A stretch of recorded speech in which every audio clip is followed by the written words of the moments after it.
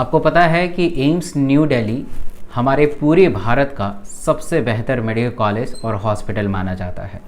यहाँ पे जो डॉक्टर होते हैं वो पूरे भारत में सबसे ज़्यादा अर्न करते हैं। अगर आप सेंट्रल यूनिवर्सिटी की बात करें या स्टेट यूनिवर्सिटी की बात करें, एम्स एक सेंट्रल यूनिवर्सिटी का हिस्सा है। एम्स एक अपना सेल्फ ऑटोनोमस ऑर्गेनाइजेशन है और इसके बहुत सारे ब्रांचेस अभी भारत में हैं।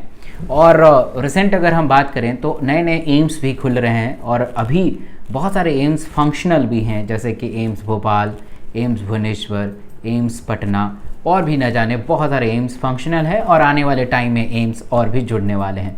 ये सारे सेंट्रल यूनिवर्सिटी है, उसमें से सबसे बेहतर और सबसे टॉप मोस्ट पे है एम्स न्यू दिल्ली।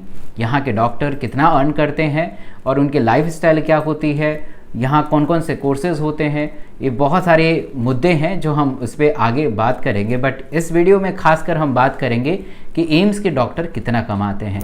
वैसे तो डॉक्टर के 3-4 कैटेगरी होती हैं, वो सब मैं आपको इस वीडियो के माध्यम से बताऊंगा और उनकी अर्निंग कैसे होती है वो बताऊंगा। इस वीडियो के बनाने का एक ही उद्देश्य है ताकि आप इसको सुन पाएँ, समझ पाएँ और मोटिवेट हो पाएँ और आप भी एम्स न्यू दिल्ली का सपना सजो पाएँ। ये वीडियो बनाने का एक और मकसद है ताकि आप जानकारी हासिल करें, क्योंकि देखिए डॉक्टर अर्निंग तो अच्छी होती ही होती है, अर्निंग के साथ एक जो रिस्पेक्ट मिलता है सोसाइटी के द्वारा वो आप पैसों से भी नहीं खरीद पाएंगे। बहुत सारे लोग dark side of MBBS, dark side of medical things बनाते हैं, बट मुझे लगता है कि इन सबसे बेहतर है ब्राइट साइड ऑफ MBBS। मतलब ब्राइट साइड है, क्यों है? क्योंकि मैं इसके अगेंस्ट इसलिए नहीं रहता हूँ क्योंकि आप किसी भी कोर्सेज़ को देख लें, चाहे वो MBA हो या CA हो या कोई भी अन्य हो, ऑलमोस्ट अमाउंट तो सेम रहता है, बट द रिस्पेक्ट जो सोसाइटी के द्वारा मिलती है वो डॉक्टर की बहुत उम्दा होती है। वो मैंने महसूस भी किया है और महसूस करता भी हूँ। तो एक बार अगर आप डॉक्टर बन जाते हैं तो आपके प्रोस्पेक्टिव चेंज हो जाएंगे। चलिए आइए हम बात करते हैं कि एम्स के डॉक्टर की सैलरी क्या होगी। पहले हम डॉक्टर को 2-3 कैटेगरी में डिवाइड कर लेते हैं। पहला एक ऐसा डॉक्टर जिसने अपना MBBS कंप्लीट किया है और MBBS कंप्लीट करने के बाद वो MBBS के बेसिस पे एक जूनियर रेजिडेंस के पोस्ट पे काम करेगा। उसके जो ड्यूरेशन होता है वो मैक्सिमम 3 ईयर तक होता है और उसमें वो मैक्सिमम 90,000 के अराउंड वो अर्न कर लेता है पर मंथ। ये जो भी मैं अमाउंट बता रहा हूँ उसमें टैक्सेस इंक्लूडेड नहीं है, वो एक्सक्लूडेड टैक्सेस है, मतलब टैक्स को हटा के वो इतना अमाउंट उसके पास रहता है। This is a junior residence जो MBBS के बाद होता है। एम्स के बारे में बात कर रहे हैं हम। दूसरा जो डॉक्टर आते हैं जो MBBS कर चुके होते हैं और PG यानी नीट PG की तैयारी करते हैं वो, और तैयारी करने के दौरान उनका अच्छा नंबर आ जाता है और अपने ड्रीम ब्रांचेस में अपना PG करते हैं, पोस्ट ग्रेजुएट करते हैं। बहुत सारे ब्रांचेस हैं, medicine, surgery, ops, gynae, ophthalmology, pathology, radiology, बहुत सारे ब्रांचेस हैं। इन सारे ब्रांचेस का सैलरी ऑलमोस्ट फिक्स होता है और फिक्स होता है PG के दौरान बिल्कुल फिक्स होता है।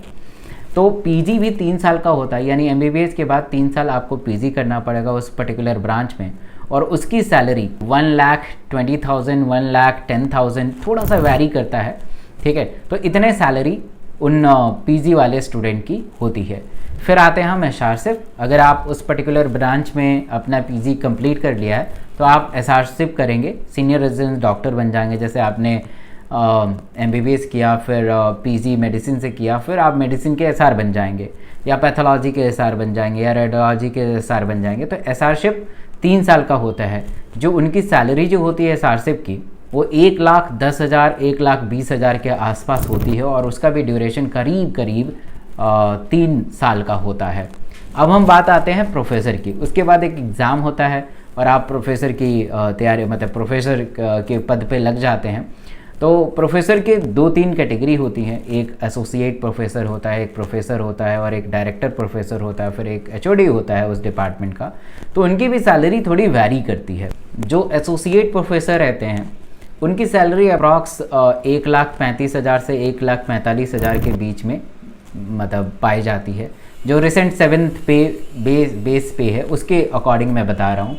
जो एसोसिएट प्रोफेसर होते हैं तो उनकी सैलरी 1,35,000 के अराउंड होती है।